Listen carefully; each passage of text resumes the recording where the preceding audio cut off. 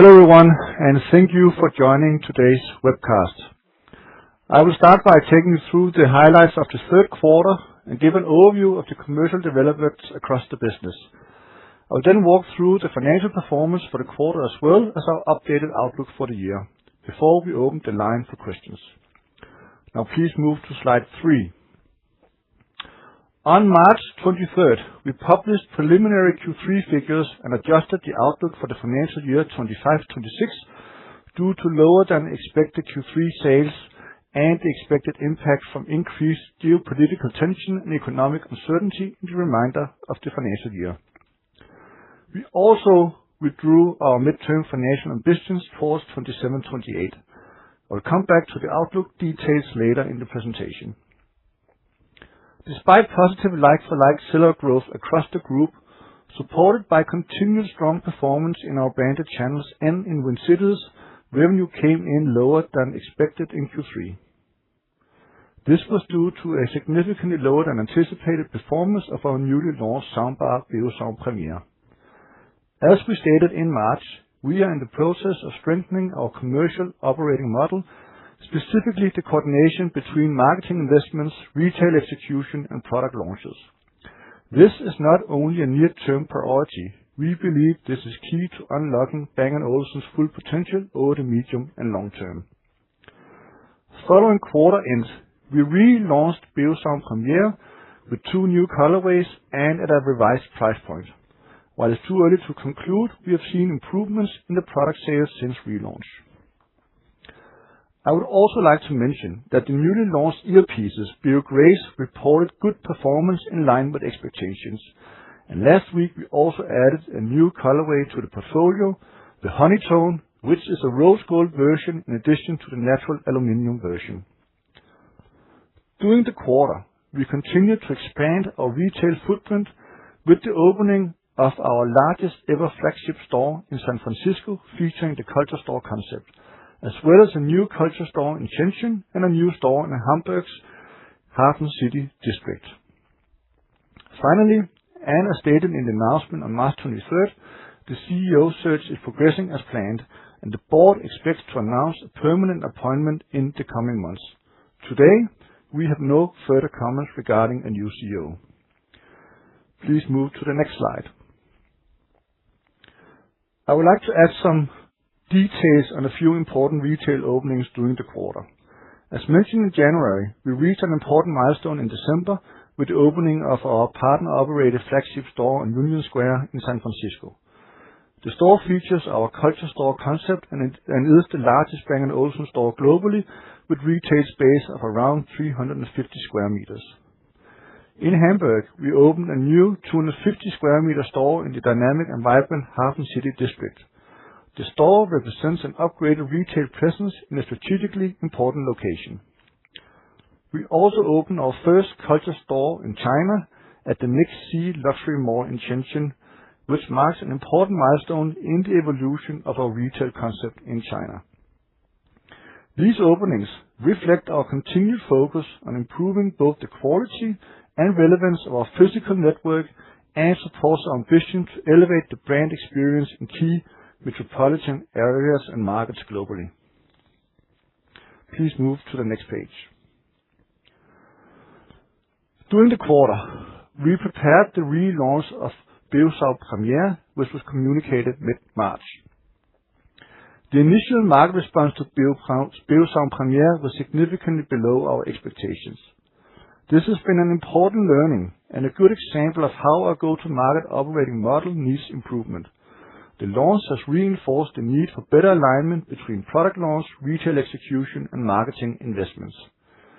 Premier has been repositioned at a lower price point with a price reduction of around 20%, placing it more naturally within the soundbar category and in our portfolio logic. The relaunch strengthens the overall portfolio architecture with a clear separation between our vision offerings, namely the Beovision Harmony, the Beosound Theater, and the Beosound Premier.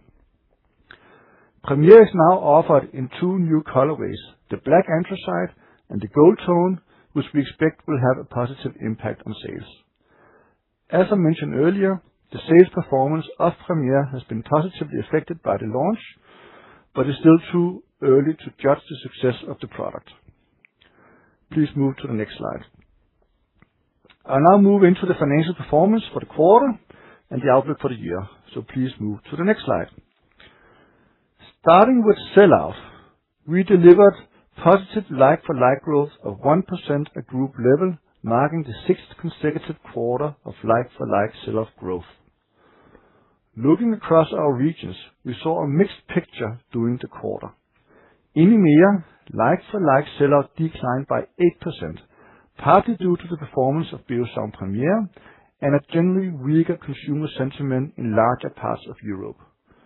Company-owned stores continued to perform well with double-digit growth, while e-commerce and monobrand stores declined, resulting in an overall slight decline across branded channels. Multibrand and e-tail reported declines, which was driven by launch effects last year, in addition to less promotional activities this year. In the Americas, like-for-like sell-out declined by 16% overall.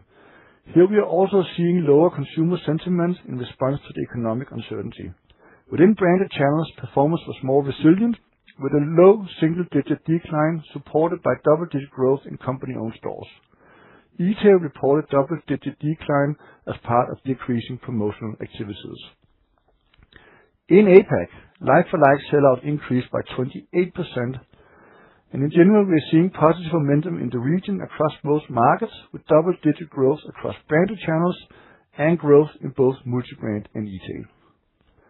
Our active win cities, consisting of New York, London, Paris, Hong Kong, and now Tokyo and San Francisco, continue to perform strongly, delivering double-digit sell-out growth for the seventh consecutive quarter, driven primarily by company-owned stores. Please move to the next page. Turning to group performance, revenue increased by 1.3% in local currencies, while reported revenue declined by 1.7%. Beosound Premier contributed less to the top-line development during the quarter than we had anticipated, which in particular had an adverse effect on our monobrand channel. Within branded channels, revenue grew by 1% in local currencies.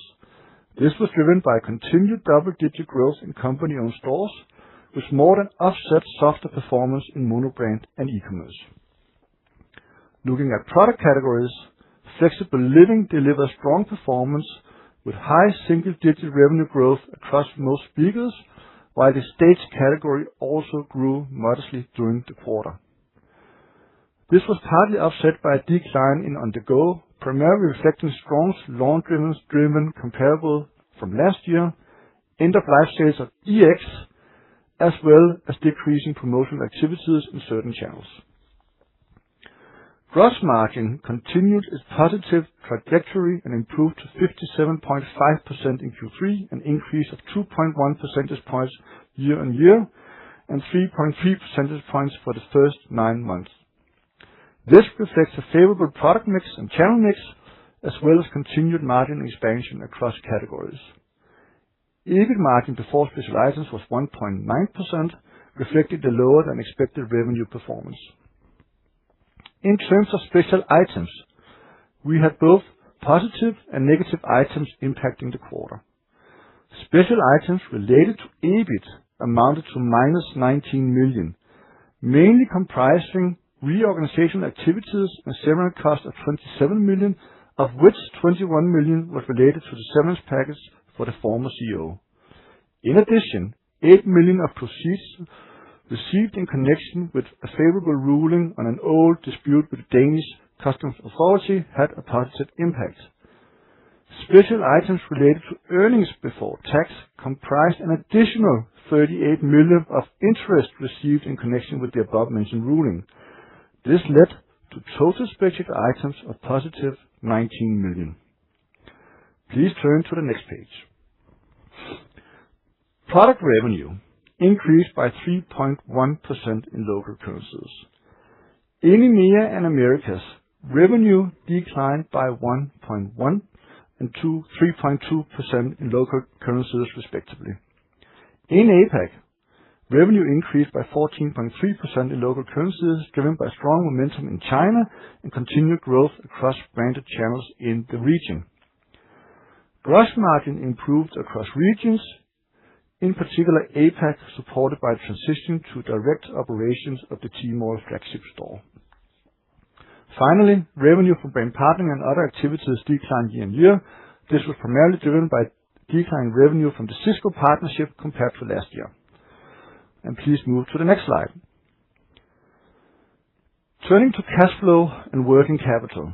Free cash flow for the quarter was positive at 22 million, reflecting operational performance and working capital developments, as well as a relatively lower level of investments during the quarter. Net working capital decreased by 19 million to 270 million, driven primarily by a reduction in inventory levels, while year-on-year comparisons continue to reflect higher inventory and receivables earlier in the year. Inventory declined by 36 million compared to the end of Q2, reflecting lower inventories following elevated levels earlier in the financial year. Capital resources amounted to 262 million at the end of the quarter, compared to 267 million at the end of Q2. Of the 262 million capital resources, available liquidity was 112 million, which is 5 million lower than at the end of last quarter. Now please move to the next page. Turning to outlook for the full financial year. As communicated in our company announcement on March 23rd, we have adjusted our outlook for 25-26. This was mainly due to the weak sales performance of Beosound Premier. In addition, armed conflicts, geopolitical tension, and economic uncertainty have intensified and are expected to impact the rest of the financial year. Consequently, revenue growth in local currencies is now expected to be in the range of -3% to 0%, compared to the previous range of 1% to 5%. EBIT margin before special items is now expected to be in the range of -3% to -1%. This reflects the adjusted revenue outlook. Free cash flow is now expected to be in the range of -200 million to -150 million. This includes the cash flow received in March related to a favorable custom ruling, a case dating back to 2006, as well as severance costs related to the former CEO. Excluding these items, the underlying cash flow development reflects both the adjusted earnings outlook and the continued focus on inventory and working capital management during the second half of the year. Overall, while the outlook reflects a more cautious view on the remainder of the financial year, our strategic direction remains unchanged. We are focused on strengthening the commercial discipline and execution, which includes ensuring that marketing investments, retail execution, and product launches are better aligned going forward. In connection with the adjusted outlook, we withdrew the midterm financial ambitions covering the period through 27-28. In the short term, we are tightening the discipline around capital allocation and capacity costs. Securing a sound financial foundation remains non-negotiable. This means we are sharpening execution and prioritization across the business with clear choices on where and how we deploy capital and capacity. In our midterm ambitions, we had announced the assumption that annual CapEx will increase by around 30% to 40% compared to the level in 24-25. The current CapEx outlook for 25-26 of around 290 million assumes the lower end of that range. Capacity cost was expected to increase by 100 to 200 million yearly during the period. The current outlook is expected to be around 100 million. And with that, I will now open the session for questions. Thank you. If you do wish to ask a question, please press 5* on your telephone keypad. To withdraw your question, you may do so by pressing 5* again. We will have a brief pause while questions are being registered.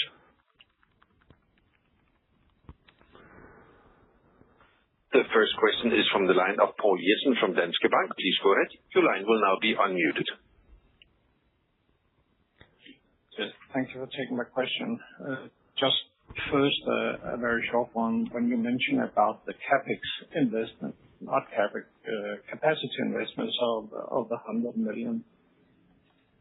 When you look beyond the current year, are you still having 100 to 150, or are you going to the low end for all the years, or is it too early to comment on? Yeah, thanks, Paul. Right now our focus is to manage the sort of operating environment we are in right now, and to strengthen our commercial execution, and to ensure sort of a healthy balance in our financials. That's what we are focusing on. What it means for the longer term period, we can come back to at a later point in time. We will talk about the outlook for next year when we release our annual report. But other than that, I think the main event before we start talking about the future is the appointment of a new CEO. Okay. And when you say more prudent view on strategy execution, also taking the external events into account, what areas are you holding back on spending? Is it marketing? Is it product development? Or is it refocusing, opening of stores? Or where are you holding back? So, obviously, when we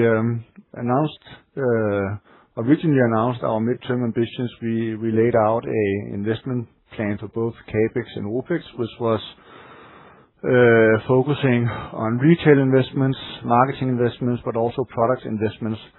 And given the performance of this year, that was the first year of that original plan, has not materialized as expected. We have to scale back on the investments in all of the areas. The precise sort of prioritization discussion, I think it will not disclose in this forum, but of course it impacts our investment plan broadly. So it's across the board. Yeah. Then you mentioned about the Premier launch that it's significantly below. You also had learnings, and it was, as I hear, the cooperation between product launch, marketing, and retail. Can you say something about what are you then changing? I would have assumed this has been on the agenda for the last several years to optimize these three dimensions. So what failed, given that you could totally misinterpret the demand for the product at the price point? Yeah. I think what we have seen with the launch of Premier is that our commercial operating model machine is not in a good a state as we want it to be in. So this is a key focus area for us. I think the Beosound Premier is a good sort of example of what didn't work. To mention a few things, I mean, the launch was late compared to hitting the right window from a market perspective. We didn't launch with full availability or in the full range of colors that we would like to offer to our clients. The positioning or the show, the display of the product in the store didn't tell the story around the product well enough. The marketing campaign surrounding it was not orchestrated well enough. And then finally, the price was too high. The price point was set higher than what was in reality the intention of our portfolio structure. And that we are correcting now. That gives me an impression that it failed more or less on all areas. So, do you have any idea how it could fail on all, both the delay and placing in stores and marketing and pricing? I think right now what we are focusing on is to take the learnings from this and work on improving our go-to-market operating model and the execution going forward, so we don't make the same mistakes twice. Final one for me at this time. not more later on. San Francisco, it opened, I think it was late November, so that means you had it for 3 months in this reporting. Have you any indication on traffic success, how it's been received and so on? Are you happy with the performance? Yeah, we're happy with the performance. San Francisco is following our plans right now. And the local team is in full swing of building up the local market in the San Francisco area. And when we open our 2 next stores in California, in both Palo Alto, which is closer to San Francisco, and then subsequently in West Hollywood, we think we have a good business opportunity in California. So that's really good. I mean, in the beginning, when you open a new store, you sell mostly on-the-go products because you get more traffic in, and you're building the pipeline for selling the bigger systems, which we expect will come into our numbers in the coming quarters. Okay. I'll step back and go back to the queue. The next question is from the line of Niels Leth from DNB Carnegie. Please go ahead. Your line will now be unmuted. Good morning, and thank you for taking my questions. Firstly, could you talk about special items for quarter 4? Would you expect any additional special items in your last quarter of this fiscal year? Secondly, can you talk about your pricing policy from here on? So should we expect that the lessons learned with the Premier product will have any overall effect on your pricing policy? And then thirdly, could you just give us a status for your brand partnerships with HP, Cisco, etc.? How far are we in the phasing out of some of these contracts? Thank you. Yep. So let me start with the pricing policy. So what we learned with Beosound Premier does not have any impact on our pricing strategy. As our pricing strategy is based on creating a portfolio logic where we have natural pricing steps between the different products in a category. When you go from sort of the entry product to the core product to the high-end, as more dream products in the top of the pyramid. And there's a logic that we want to maintain on the price gaps between these different products. And that logic was not maintained in the Premier launch, so that's why we have corrected it. So it doesn't change our pricing policy. Generally on pricing,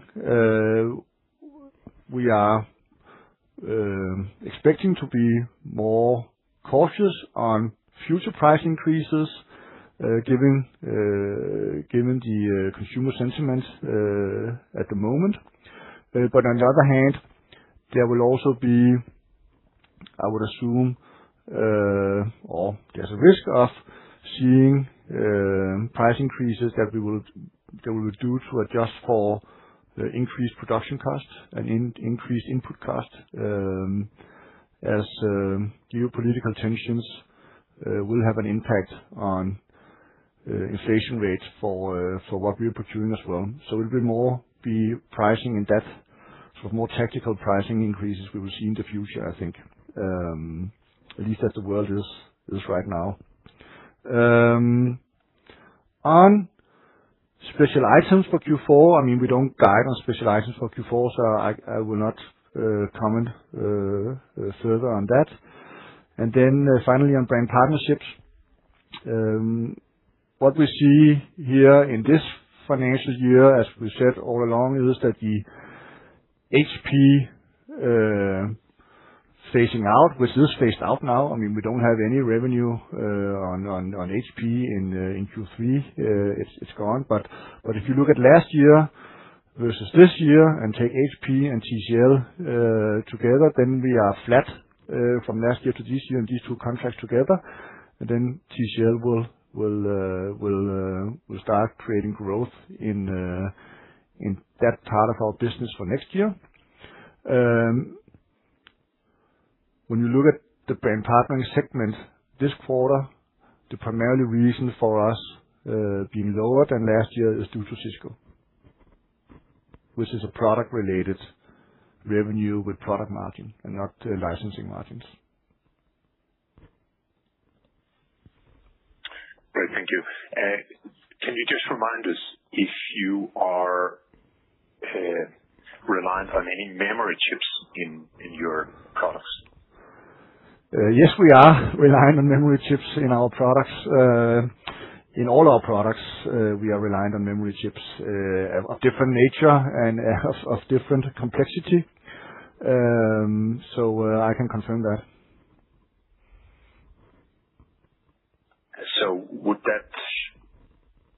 So price increases on memory chips, would that be visible on your gross margin going forward? Yes, that will have an impact on our gross margin. Whether it will be significant is still too early to say. We have seen in the past quarter that specific memory chip types we have to pay more for. It's not a significant event right now. And we all reminded of what was the situation in 2021, 22, 23 with the big microchip crisis and semiconductor crisis, where it had a huge impact. This is not what we are seeing right now. We are working very closely with our supplier to secure our production lines for the coming 12 months, and we have pretty good success with that. But there will be probably pockets where we will see increased prices, and if it becomes sort of material to the numbers, we will of course also inform the market around it. And finally, can you just remind us how much is freight cost of your total cost base or of sales, and how are you exposed to freight rate increases? Well, so the freight cost typically is part of our cost of goods sold, part of our landed costs in our P&L.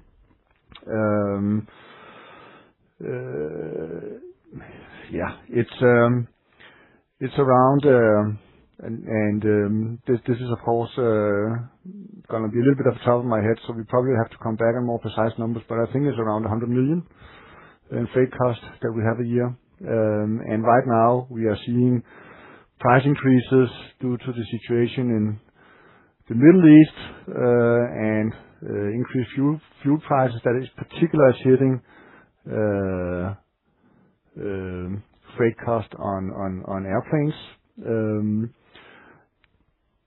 And I think what we've seen in the last quarter is probably an extra cost of, it's around 500,000, maybe 1 million. It's not significant at this point in time, but it's of course a risk that it could become worse, but it's not something we are seeing in the very short term.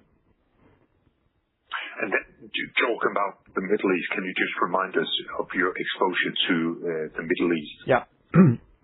So our Middle East revenue, when we talk about the countries that are sort of in the conflict zone, so that sort of includes Israel and Saudi Arabia and the Emirates, some of the main areas for business. We are having roughly 20 million per quarter in revenue. The biggest chunk of that is in the UAE, in the Emirates, and right now it's very difficult to transact in that region. So that is impacting us here in Q4, as we also said when we did the announcement in March. we actually know there are customers who still want to buy there, and we have another challenge which is more related to freight that is hard to ship to that region. So as long as this conflict persists, it will have a negative impact on our numbers. Okay, thank you. We have a follow-up question from Poul Jessen from Danske Bank. Please go ahead. Your line will now be unmuted. Yes, thank you. Just following up on the Middle East issue. This was the direct impact. Yeah.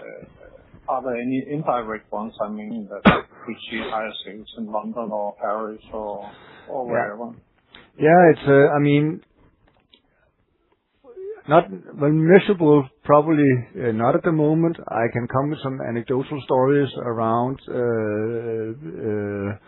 clients who normally lives in the Middle East, who now are in London and who are buying more also of our products in Harrods. So there is definitely a mechanism there. But whether it will be a material positive for us, I think it's too early to conclude on. I think on the contrary, I think there will probably be more likely to have a negative effect on the sort of world economy and consumer sentiment, and especially in Asia, where the conflict is making it difficult to get hold of necessities, could also impact sort of the general economic environment in Asia. So we've had a good quarter in Asia in Q3, but this is of course something that is worrying us a little bit, how this conflict is going to impact the world economy. Okay. Then on tariffs, some discussions about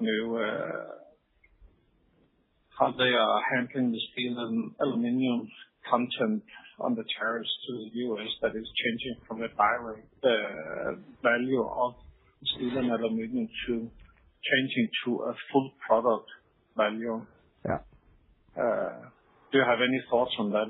If that's going to impact your export to the U.S.? I mean, we are to the best of our knowledge right now, we are not impacted, and the reason for that is that the tariffs are always linked to HS codes and product codes, and so so before you start talking about the aluminium thing, you need to be in the right HS code to be part of that scheme that they are talking about. And it's unclear to us right now that we are part of that of those HS codes, but it's something that we of course following. So no impact by now. Not right now. Okay. Then U.S., where you had a minus 16% like-for-like sales. Is that because of the high base a year ago, or can you give some color on what's happening there? If you look at all the luxury brands that has reported in the recent days, U.S. has been the strongest quarter for all of those. Yeah, but I think there are two things. Well, first of all, I mean, in our cocoa stores, we have done well in U.S. Our monobrand channel has had a weak quarter based on less demand and less footfall in our monobrand stores in the U.S. that are in the like-for-like. So that's of course excluding San Francisco. But another main point is that we are, as I said, we have, as part of our strategy, we're doing less and less promotional activities in the e-tail channel, also in the U.S. So our Amazon sales is down, and that is taking the like-for-like sales down quite a lot. That we are still detracting promotional activities in e-tail to support our brand strategy. Okay, and then the strong Chinese sales, how much is that impacted by the Tmall transition to your control? So that's impacting positively in China. But we have, in general, strong sell-out in China in all the channels.